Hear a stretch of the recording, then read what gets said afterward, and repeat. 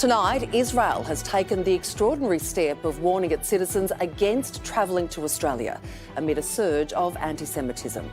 It comes after neo-Nazis took to the streets in Victoria to spread fear, division and hate as police watched on. Now, there are calls for a crackdown.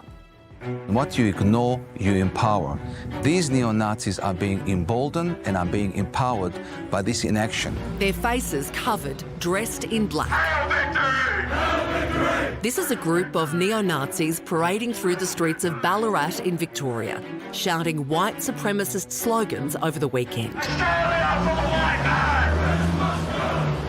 What we saw in Ballarat was really disgraceful behaviour. Only crooks wear balaclavas down the streets of major cities. Days later, not a single arrest has been made. The Jewish community is anguished when neo-Nazis are engaging in these marches of hate without any legal consequence. Israel today warning its citizens against travelling to Australia over fears of rising anti-Semitism. And it's not the first time this group of neo-Nazis has taken to the streets. Here they are again in Melbourne in October. Australia, the white man's land.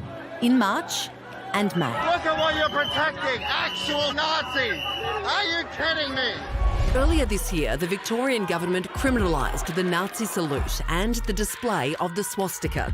But the men in Ballarat were careful not to do either. These groups, they're aware of what the laws are and they attempt to basically push the limits of the law and almost tempting police to prosecute them. The police this week calling for greater powers. If it was up to us, it'd be dead set illegal. You wouldn't be able to do it, but it's not. It's up to governments and it's on them to determine if they want this happening. The police are particularly concerned with face coverings. If they want to make racist and inflammatory comments, they shouldn't hide behind these masks. We also do live in a society where freedom of association, the right to peacefully come together, to rally for a cause, that's something that is important to our functioning as a society, and that is why it's important we maintain the balance. But with minority groups feeling more vulnerable than ever and neo-Nazis on our streets, are we really getting the balance right? A democracy is not just about the rights that we have, it's also about what we are willing to tolerate. And what does it say about a state which is willing to tolerate modern-day Nazis? I reckon they were very poor weasel words from the Victorian Premier there, Jacinta Allen. She should have got her, should have her police minister tell the Police Commissioner of Victoria that you can't allow people to walk down the street completely covered in a mask. As Wayne Gatt from the Police Association said, only crooks wear balaclavas. Police should have stopped those blokes in that street in Ballarat, demanded that they demask, or else they would have been arrested. So, I mean, in terms of the law, what Yes. would you be? What would you change to prevent this? Because I assume, based on the fact that these sorts of things have been happening, that it's difficult to. We have anti-bikie laws where you can't associate wearing bikie colours. Well, this is no better. This is worse than that.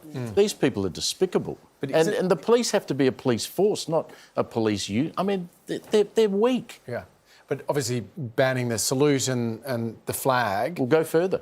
Does that tell us that you've got to think more deeply about this beyond just the bans? Because obviously those sorts of actions aren't preventing the thought that's going on. You know, there's obviously these groups that are coming together. We've got to think about this. We had that same Victorian police force firing rubber bullets at anti-vaxxer protests and using riot shields. So do you think so why do you let these blokes get away with this? Do you think there is a genuine different approach from the police in Victoria? 100%. It's weak.